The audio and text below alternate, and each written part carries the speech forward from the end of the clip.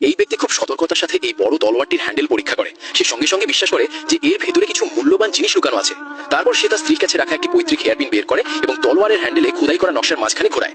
এরপর সে সেটি ড্রাগনের চোখের ঠিক মাঝখানে ঢুকিয়ে বাম হাত দিয়ে হালকাভাবে ঘোরায়। এটি হালকা শব্দের সঙ্গে হ্যান্ডেল থেকে 30 সেন্টিমিটার লম্বা একটি খঞ্জর বেরিয়ে আসে। খঞ্জরের ব্লেডের ওপর একটি চার্ট ক্রাফট কাগজ মোড়ানো ছিল। সেখানে উপস্থিত সবাই এটি দেখে অবাক এবং কৌতূহলী হয়ে যায় যে এতে কি রহস্য লুকিয়ে আছে। ছেলেটি কাগজটি খুলে মনোযোগ দিয়ে দেখলো। তখন সে বুঝতে পারলো যে এটি আসলে রাজপ্রাসাদের খাজানার একটি মানচিত্র। মানুষ কিছু বোঝার আগেই সে মানচিত্রটি আগুনের হাতে তুলে দেয়। আসলে চারদিকে নিষ্ঠুর ও লোভী সেনাপতিরা দাঁড়িয়ে ছিল। তারা রাজপ্রাসাদের খাজানা দখল করে বিদেশিদের কাছে সস্তা দামে বিক্রি করতে চেয়েছিল। এখন যখন মানচিত্রটি পুড়ে গেছে, তখন পুরো পৃথিবীতে কেবল ছেলেটি খাজানার সঠিক অবস্থান জানত। প্রতিশোধ নেওয়ার জন্য সে খঞ্জর তুলে তার শত্রুর পেটে ঢুকিয়ে দেয় এবং তার ভাইয়ের মৃত্যুর প্রতিশোধ নেয়। সেনাপতিরা অসহায় হয়ে সবকিছু দেখতে থাকে, কিন্তু ছেলেটিকে খাজানা খুঁজে বের করতে বাধ্য করার জন্য তারা তার বাগদত্তাকে অপহরণ করে। বাধ্য হয়ে সে তাদের খাজানার জায়গায় নিয়ে যেতে রাজি হয়। পথে সে সারাক্ষণ তার বাগদত্তাকে বাঁচানোর পরিকল্পনা করতে থাকে।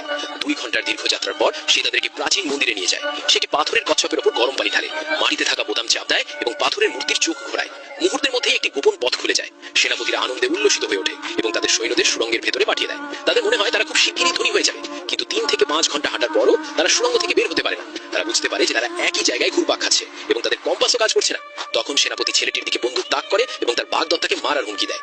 কিছু সময় পরে ছেলেটি তাদের আসল প্রবেশদ্বারের কাছে নিয়ে যায়। সেখানে একটি ভারী পাথরের দরজা ছিল। ছেলেটি দ্রুত তলোয়ার বের করে হ্যান্ডেলের খঞ্জরটি পাথরের দরজার 2 পাশের বড় ছিদ্রে ঢুকিয়ে ধীরে ঘোরায়। সঙ্গে সঙ্গে ভেতরের যন্ত্র পুরোপুরি সক্রিয় হয়ে যায় এবং নির্দিষ্ট সময় ভারী পাথরের দরজাটি খুলে যায়। ভেতরে প্রচুর সোনা, রূপো, গয়না রাখা ছিল। সেনাপতি সঙ্গে সঙ্গে তার লোকদের সামনে গিয়ে পরীক্ষা করতে আদেশ দেয়। ভেতরে সত্যিই অসংখ্য সোনা, রূপো, গয়না ছিল। সব সৈন্যই খাজানা লুটে নেওয়ার লোভে ব্যস্ত হয়ে পড়ে। ছেলেটি তার বাগদত্তাকে নিয়ে চুপচাপ তাদের দেখছিল। তারা আগে এটি ফাঁক পেতে রেখেছিল এবং প্রাচীন সমাধির বের হওয়ার পথ সম্পূর্ণভাবে সিল করে দিয়েছিল। এরপর ছেলেটি একটি গোপন পথ সক্রিয় করে তার বাগদত্তাকে নিয়ে সেখান থেকে নিরাপদে বেরিয়ে যায়। আর লোভী সেনাপতিরা চিরদিনের জন্য সেই প্রাচীন সমাধির ভেতর বন্দী হয়ে যায়। শেষে ছেলেটি শুধু নিজের জীবনই বাঁচায় না, দেশের খাজানাকেও বিদেশে চলে যাওয়া থেকে রক্ষা করে।